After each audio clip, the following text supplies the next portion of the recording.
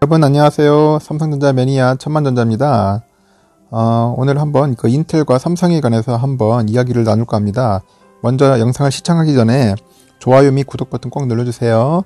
아직 구독 안 하신 분들은 좀 영상이 부족하더라도 여러분들의 사랑으로 더욱더 열심히 하겠습니다. 그래서 구독 버튼 꼭 좀 부탁드릴게요.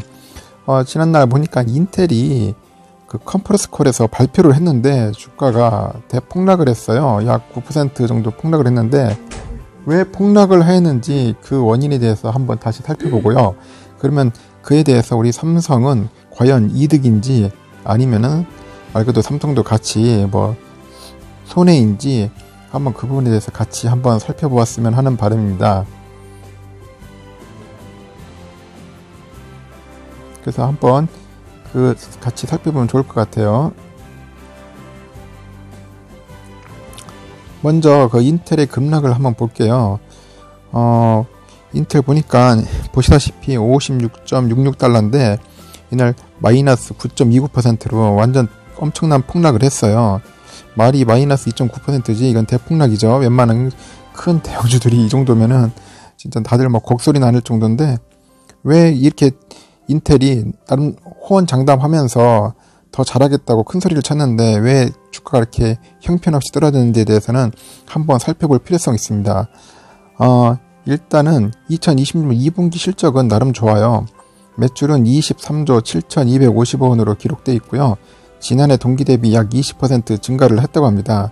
그 당초 예상한 22조 3,064원에 비해서 큰 폭으로 상향을 했죠. 상향했는데도 이렇게 주가는 형편없습니다. 주당 순이익은 대략 1.23달러로 전년 동기 대비 약 16% 증가도 했죠.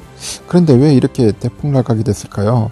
참 아이러니합니다. 오히려 이렇게 좋은 실적도 내고 나름대로 컨퍼런스 콜에서 나름 잘하겠다고 큰 소리를 쳤는데 오히려 시장은 냉랭했죠.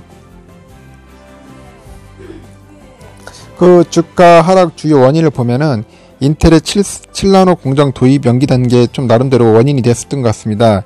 2020년 말 예정 7나노 공정 도입이 22년의 상반기로 연기가 된다고 하더라고요. 그럼 7나노 공정 수율이 당초 목표 수준에 대해서 12개월 정도 이제 뒤처지는 거죠.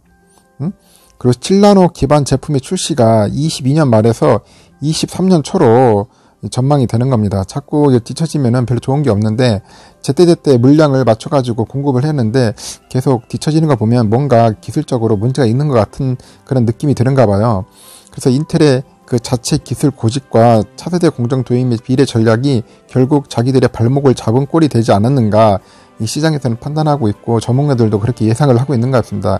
그러다 보니까 23일날 컨퍼런스 콜에서 그렇게 좋게 실적을 보여주고 나름대로 자기들의 미래 비전을 제시했는데도 시장에서는 반응은 아주 차가웠다는 거죠.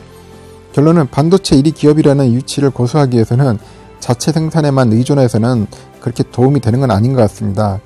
그리고 인텔의 제조기술이 반도체 납품업체에 비해서 뒤떨어진다는 평가가 요즘 지배적이에요.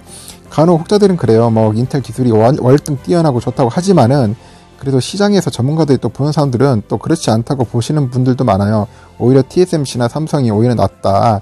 그렇기 때문에 인텔 그 반도체에 비해서는 어느 정도 더 성능이 좋다고 이렇게 대체적으로 평가하시는 분들이 있습니다. 이거에 대해서는 서로 간에 분분합니다. 의견이 분분하지만은 결국 시장에서는 결국 그렇게 뒤떨어진다는 평가를 많이 하는 게 지배적인 것 같습니다. 그래서 결론은 타업체들은 이제 제조나 관련 기술 모두 외주로 전환을 해요. 그래가지고 개발에만 집중을 하죠. 그 대표적인 회사가 AMD 같은 회사들은 그렇게 해서 집중적으로 하지 않겠습니까? 더 효율적으로 이제 기술 쪽 개발에만 집중하겠다는 것을 이제 보여주고 있죠. 그러면 경쟁사들의 반응을 한번 볼까요? AMD 주가는 그날 오히려 8% 대폭등을 했어요. 인텔은 9% 하락인데 마이너스 AMD는 오히려 8% 대폭등을 한 거죠. 그 주가도 64달러로 인텔을 치고 올라갔습니다. 오히려. 그리고 AMD 주력 7나노 기반 제품과 차세대 5나노 제품이 모두 TSMC도 위탁을 하고 있다더라고요. 결국은 AMD는 그렇고요. 자기는 설계만 하고 결국 실력 좋은 데다 이제 맡기겠다는 그런 전략으로 해서 좀 더 효율화를 보여주겠다는 거죠. 엔비디아 역시 TSMC하고 삼성에다 미세공정 제품을 전량 위탁하고 지금 진행 중에 있는 상황이죠.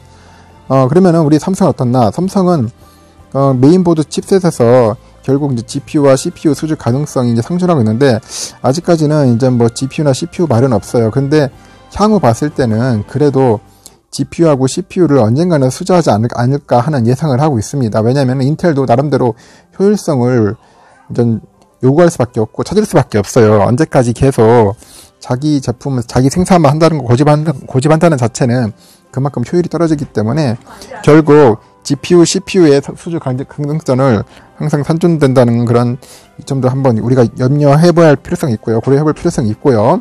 또한 삼성전자 그 미국 오스틴 공장에 11조 투자 계획이 지금 실행되어 있다고 하더라고요.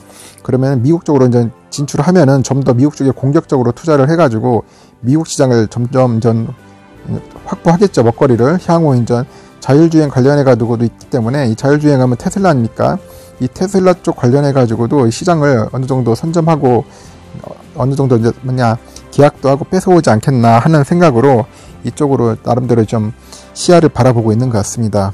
그리고 향후 이제 1위 TSMC를 이제 추격하겠죠. 그래서 3나노하고 5나노 초미세 공정을 개발에 속도를 박차를 가하고 있어요. 그리고 어떤 분들에 따라서, 여러 사람들에 따라서 여러 가지 생각이 있어요. 뭐 3나노, 5나노, 7나노, 뭐 14나노 이렇게 막 있지만은 각 그 미세 공정별 뭐 삼성 제품이 막 떨어진다, 뭐 밀집도가 안 좋다, 뭐 그런 얘기들이 많이 나오고 있는데, 우리가 뭐 전문적으로 볼 때는 글쎄 그렇게 큰 차이가 있는지 모르겠어요. 있어도 삼성 제품이 나름대로 가성비가 좋을지 모르겠지만은 뭔가 그 해외 그 대형 고객사들한테는 어필이 되는 제품을 만들어주는 것 같습니다. 그러다 보니까 해외에서도 계속 러브콜을 하고 있고, 또한 반도체가 너무 지금 부족하다 보니까 지금 공장이 멈출 정도로 상당히 지금 아우성이지 않습니까? 그래서 삼성이 충분히 이 부분에 대해서는 역전 가능하리라 보고요. 우리가 뭐 항상 희망 회로를 돌린다고 하더라도 그래도 이왕이면은 좀 긍정적으로 바라보고 대응하면 더 좋을 것 같습니다. 따라서 향후 1위 TSMC의 추격도 충분히 가능하리라 봅니다. TSMC도 이제 긴장하니까 30조 투자한다고 하니까 우리 삼성도 마찬가지로 한 11조에서 12조 투자한다고 했죠. 근데 이번 28일날 발표하는 걸 보면 알 거예요. 새 주주 환원 정책 발표하면서 이때 컨퍼런스 콜에 어떤 것을 보여줄지 이제 그 미래 청사진이 나올 겁니다. 향후 우리 삼성 잘 되리라 봅니다. 그래서 너무 우리 삼성에 대해서 불안감 갖지 말고요. 장기 투자자들은 항상 꾸준하게 조금씩 분할 매수하시고, 절대로 빚내선 하지 마십시오. 빚내선 하지 마시고, 그리고 미수도 하지 마세요. 될 수 있으면은. 항상 용돈 있으면은 용돈 가지고, 아니면 여유 자금을 가지고 항상 투자를 하시면은 좋을 것 같습니다. 본인 또한 그렇게 해서 조금씩 더 투자해가지고 다 함께 뭐 우리 미래에 뭐 큰 부자가 될 수 있도록 함께 같이 합심해서 동행하였으면 좋겠습니다. 이상 부족한 영상 시청해주셔서 감사합니다. 이상 천만전지였습니다.